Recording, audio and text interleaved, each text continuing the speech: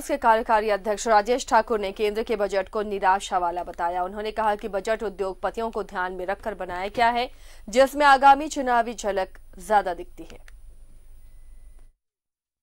जो ये चाहते हैं हर वर्ष की भांति इस वर्ष भी इन्होंने अपने उद्योगपति मित्रों को फायदा पहुंचाने के लिए यथासंभव प्रयास किया है। और जो प्रयास उनका आप देखेंगे तो मोटर पार्ट्स को लेकर के भी उन्होंने बात कही है।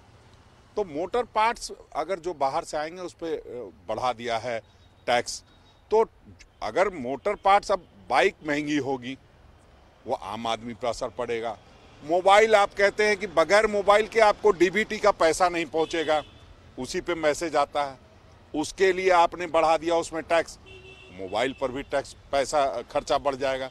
तो आप करना क्या चाहते हैं ये तो बताइए। आप सोना जो बड़े लोगों की पसंद होती है उसको सस्ता करवा दीजिएगा।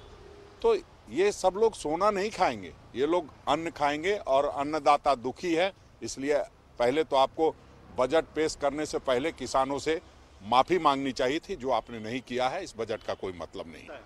देखिए, बजट पूरी तरह से बोगस है।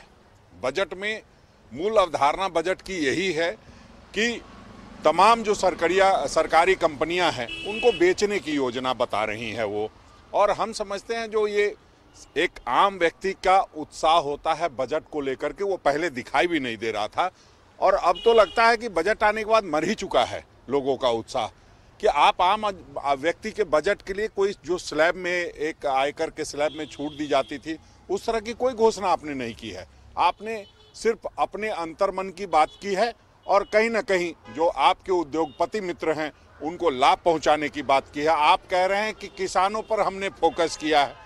अरे किसानों पर जो फोकस किया वो किसान हिंदुस्तान का क्या दुनिया का नहीं भूलेगा आपका जो किसानों के प्रति रवैया रहा है। आप कह रहे हैं कि 75 वर्ष के ऊपर के लोगों को पेंशन के लिए रिटर्न नहीं भरना पड़ेगा। अरे आपके राजकाज में अगर 75 वर्ष का व्यक्ति जिंदा रहेगा तभी तो भरेगा। जो आपने व्यवस्था ऐसी की है कि 75 वर्ष तक आदमी जिंदा कैसे रहेगा, ये सोचने की बात है।